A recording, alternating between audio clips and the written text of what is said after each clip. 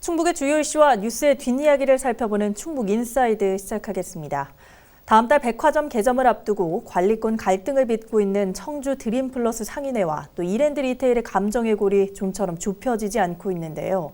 원인이 어디에 있는지 박 기자 바로 소개를 좀 해주시죠. 네, 지난해 상생 협약까지 맺었지만 최근 다시 갈등을 빚고 있는 청주 드림플러스 상인회와 이랜드 리테일.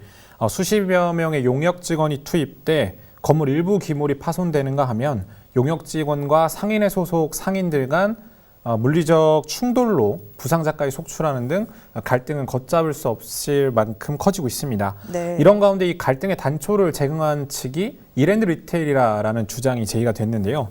지난해 양측이 합의한 상생 협약을 일방적으로 파기했다라는 이유입니다. 안서구 청주 드림플러스 상인회 이사는 지난해 정의당 등 지역사회 도움으로 이랜드 리테일과 상생 협약을 맺었다면서 갑자기 지난달 이랜드가 보도자료를 내고 일방적으로 NC청주점 개점을 선언했는데 이 내용을 보니 상인회와 맺은 상생 협약과 많이 다르다, 협약을 지키지 않았다라고 주장한 것인데요. 이랜드는 상가 1층에 상생존을 만들어 기존 드림플러스 상인들에게 입점 기회를 제공하기로 보도자료를 냈지만 이는 지난해 체결한 상생 협약보다 상인들에게 불리한 내용이다라고 주장을 했습니다. 네, 현재 협약된 내용들이 좀 불리한 내용이 많다라고 보여지는데요. 이전에 그럼 상생 협약의 조건들이 어떤 것들이었죠? 네, 실제로 지난해 4월 11일 상인회와 이랜드 리테일이 상호 합의한 상생 협약을 소개해 드리자면요.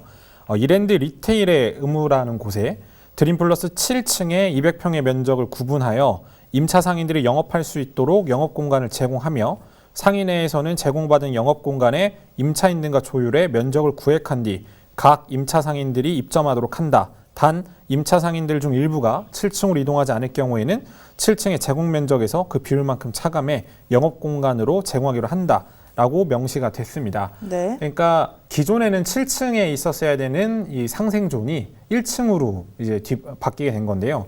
이랜드 리테일이 지난달 10일 언론에 배포한 보도자료에 따르면 1층 매장에 소상공인과의 상생존을 구축키로 하고 유동인구가 가장 많은 1층 공간을 기존 드림플러스 임차인들에게 입점할 수 있도록 했다라는 입장을 밝힌 바 있습니다. 그렇군요. 상인의 입장에선 그런데 이랜드 리테일 측은 또 어떤 입장을 내세우고 있죠?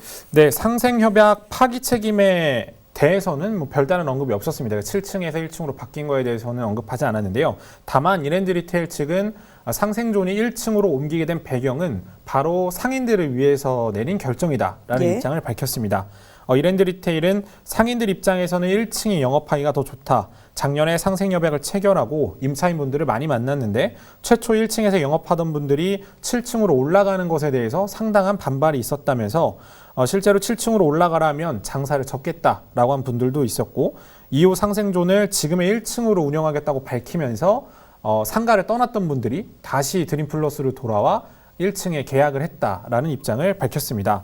또 1층에 입점한 상인들을 위해 피팅룸까지 공동으로 운영할 수 있게끔 준비 중이고 이번 갈등은 새로운 청주 드림플러스 관리단과 상인회 일부 회원들 간의 다툼이지 이랜드 리테일과 전체 상인들에 대한 대립은 아니다라고 강조했습니다.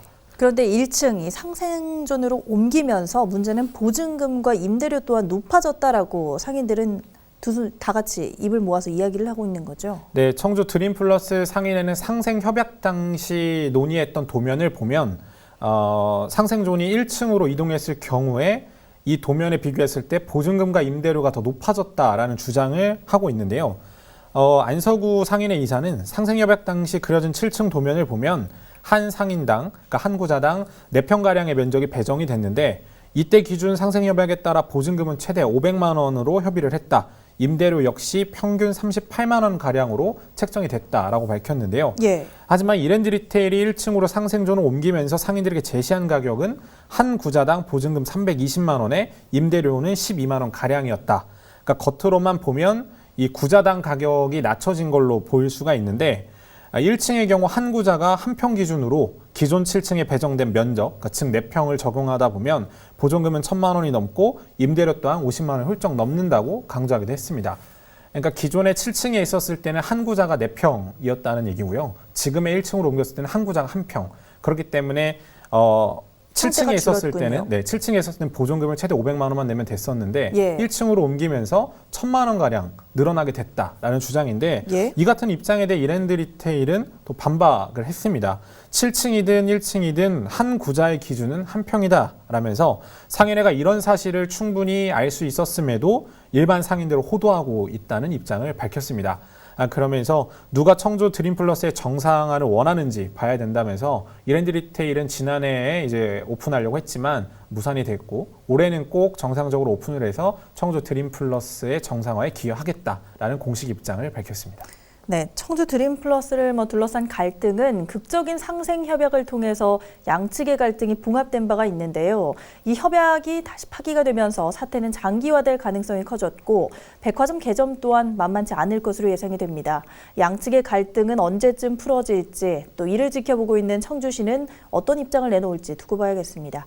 자, 박 기자 오늘 고생했습니다.